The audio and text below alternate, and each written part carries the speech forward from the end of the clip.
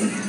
ഇന്ന് രാവിലെ അമ്പുനിലയം കെട്ടിടത്തിന്റെ മുകളിൽ നിന്ന് താഴേക്ക് എടുത്തു ചാടിയ ശ്രീ പാലിക്കര പാപ്പി ലോക റെക്കോർഡിന് അർഹനായി. ശവസംസ്കാരം ഇന്ന് വൈകിട്ട് പാപ്പി സ്വന്തം വീട്ടുവളപ്പിൽ നടക്കുന്നതാണ്. അഖിലേന്ത്യാ 100 മീറ്റർ ഓട്ട മത്സരത്തിൽ തെരുവിലുള്ള റെക്കോർഡ് അട്ടിമറിച്ചുകൊണ്ട് കേരളത്തിന്റെ കൊച്ചുകൈകളിൽ സ്വർണ്ണമെഡലും കരസ്ഥമാക്കി. സ്വന്തം ഭാര്യ തന്റെ കുലുക്കി കടിക്കാൻ ഓടിച്ചപ്പോൾ കയറി കയ്യിൽ അബദ്ധത്തിൽ ട്രാക്ക് ഓടിക്കയറുകയാണ് ഉണ്ടായതെന്ന് ആരംഭിച്ച് മറ്റു മത്സരാർത്ഥികൾ സംഘടനകൾക്ക് പരാതി നൽകി. ഇതേ തുടർന്ന് ഒരു ഉന്നതതല അന്വേഷണം ഉണ്ടാകുമെന്ന് സംഘാടകർ ഉറപ്പ് നൽകി. വാർത്തകൾ കഴിഞ്ഞു. നമസ്കാരം.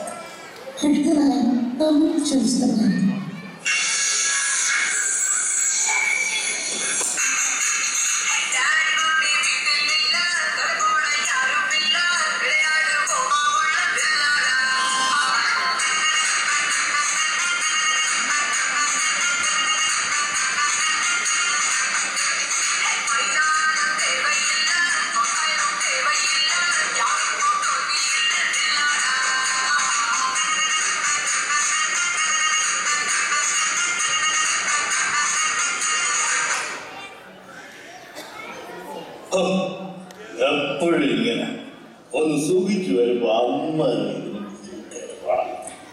മറിയപ്പെണ്ണെ കുറച്ച് വെള്ളം ഇങ്ങനെ തരി. ഇപ്പൊ കണ്ടോണം, 2 വശത്തൊന്നും വെള്ളമായി വരുന്നത്. മരുമക്കൾക്ക് ഈ അമ്മായിയപ്പൻ എന്ന് പറഞ്ഞ സ്നേഹമാണ്. അതിനൊരു കാരണമുണ്ട്. വസ്തു വീതം വെച്ചപ്പോ ആ കിണറഴിക്കുന്ന സ്ഥലം എന്നെ പേരിലാക്കി. എന്നെ നന്നായി നോക്കുന്നവർക്ക് ആ കിണറ് കിട്ടുമെന്ന് വിചാരിച്ചാൽ ഈ സ്നേഹമില്ല. പിന്നെ ഒരു കൂട്ടരോട് ഞാനൊരു രഹസ്യം പറഞ്ഞിട്ടുണ്ട്. തൽക്കാലം നിങ്ങൾക്കും അത് അറിയണ്ട. ഏതായാലും എൻ്റെ 2 മക്കളോട് എന്നെ സ്നേഹിക്കും. കൊച്ചേ, ഇച്ചിരി വെള്ളം എനിക്ക് ചോദിച്ചിട്ട് ഇവരാരും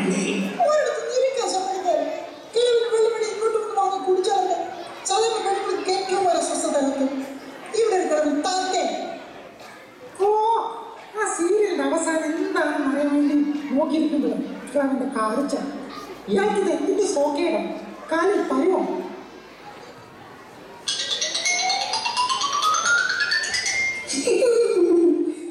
ഞാനേ അപ്പച്ചന് വേണ്ടി പാൽക്കഞ്ഞി ഉണ്ടാക്കുമായിരുന്നു. ഒരു പാൽക്കഞ്ഞിക്കായി പാലിന്റെ മയം ഉള്ളിൽ ചെന്നാൽ അപ്പച്ചൻ അന്നേരം വൈകിട്ട് ഗ്യാസ് വന്നു. എന്നിട്ട് വേഗം കീപ്പൊക്കെ വിട്ട് ചുറ്റുപാട് നാട്ടിച്ച് അപ്പച്ചൻ പരിധിയിലെടുത്ത് നടക്കുന്ന കാണും. അതിനല്ലേ നീ പാലിൽ കളിക്കുന്നേ? എന്നാൽ ഇതിനെപ്പോലെ ഇറച്ചി വാർത്ത ജീവിച്ച് കൊളസ്ട്രോൾ കൂട്ടി അപ്പച്ചൻ കൊല്ലാനുള്ള ഉദ്ദേശം എനിക്കില്ല കേട്ടോ. അതെ, ഞങ്ങൾക്ക് കഴിവുണ്ടായിട്ടാ. കേട്ടോ അപ്പൊ അവൾ പറഞ്ഞു. അത് പിന്നെ പോർക്കും ഇറച്ചിയും വാങ്ങുന്നു പറയുമ്പോ എന്താന്ന് വെച്ചാൽ എന്തോ ചോദിച്ചോളൂ. ആവശ്യമുള്ളത് വിളിച്ച ഒറ്റ വ്യക്തിയെ കാണത്തില്ല.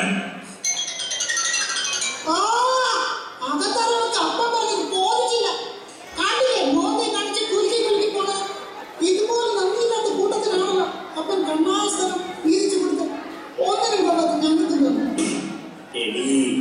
അതിനൊരു കാരണമുണ്ട്. നിന്റെ കെട്ടിയോൻ എന്റെ മൂത്തമ്മ. അവനൊരു അധ്വാനിയ. അവൻ ആ മാറ്റം പൂർത്തിയാക്കിപ്പോൾ നേരനങ്ങാതെ വായി നോക്കി നടക്കുന്ന നിന്റെ അന്യം ജീവിക്കുന്നത്. അവൻ അതെല്ലാം കുറ്റപ്പെടുത്തും. അപ്പന്റെ ചെവി കാണാമോ? അപ്പൻ പാവയായതുകൊണ്ട് പാവമായതുകൊണ്ട് എല്ലാം കേട്ടുകൊണ്ടിരിക്കും. ഞാനേ എനിക്ക് തോന്നുന്നത് പോലെ നീ ചോദിക്കാൻ അപ്പന്റെ മുമ്പിൽ കൂക്കട്ടിൽ കാട്ടി നാളെ സ്ഥലം കയറിയിട്ട് കണക്കായി പോയി. അതിനങ്ങനെ കഴിവാ. അപ്പന്റെ മനസ്സ് വേദനിപ്പിക്കാൻ വേണ്ടി ഓരോന്ന് പറഞ്ഞോണ്ട് വരും. ഞാൻ എത്ര തവണ പറഞ്ഞത് അപ്പം അവിടെ വന്ന് താമസിക്കാൻ വർത്താനം കേട്ടോണ്ടിരിക്കണം. നിന്റെ മനസ്സിന് ഒരിക്കലും നടക്കാൻ പോലില്ല. അപ്പൊ ഞങ്ങളുടെ കൂടെ താമസിക്കും. ആ കിണർ ഞങ്ങൾക്ക് തരുകയും ചെയ്യും. അതിന് വെച്ച വെള്ളമൊന്നും വാങ്ങി വെച്ചാൽ ആർക്കായാലും അത് എന്റെ കുടിയിലോട്ട് എടുത്തതിന് ശേഷം ആ കുഴി കുഴിക്കാൻ ഞാൻ കഴിക്കാൻ തുടങ്ങി കുറേ നാളായി. കണ്ടോ അപ്പൊ അവന്റെ മനസ്സിലുണ്ട്.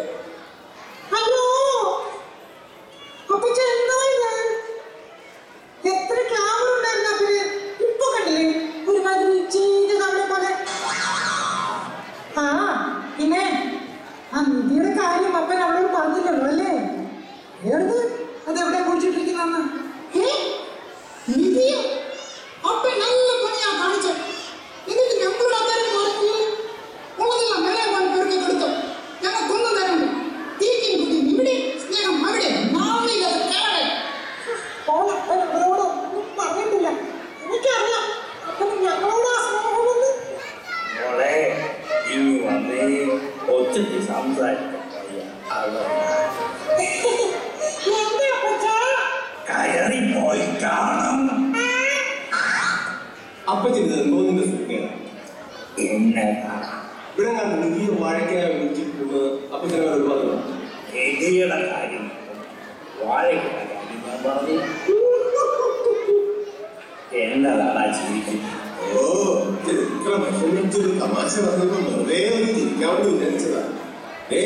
അവൻ ആ കാണുന്ന മരമെല്ലാം വെട്ടിയിട്ട് ബീഹാറിൽ നിന്നോ ബംഗാളിൽ നിന്നോ പണിക്കാരെ കൊണ്ടുവന്ന് അവിടെ എല്ലാം വിളിച്ചുകൊണ്ടിരിക്കുക.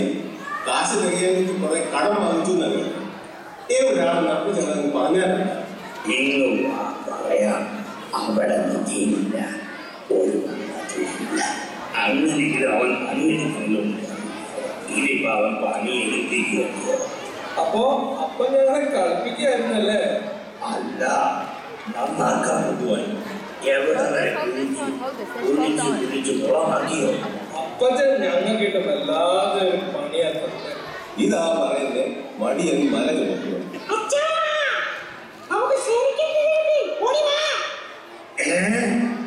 ഇങ്ങനെയൊന്നും ഇവിടെ ഉണ്ടായിട്ട് ഇത്രയും നാളെ ഞാൻ അറിഞ്ഞില്ലല്ലോ കർത്താവേ.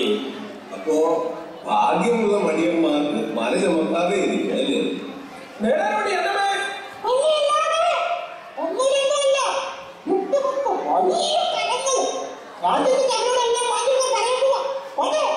എടി കഴുതേ, അത് വാറ്റുകാരൻ കുഞ്ഞാമ്മയുടെ കാശണ്ണി വാങ്ങിച്ചിട്ട് കൊടുത്താൽ കുഴിച്ചിടാൻ മേലെ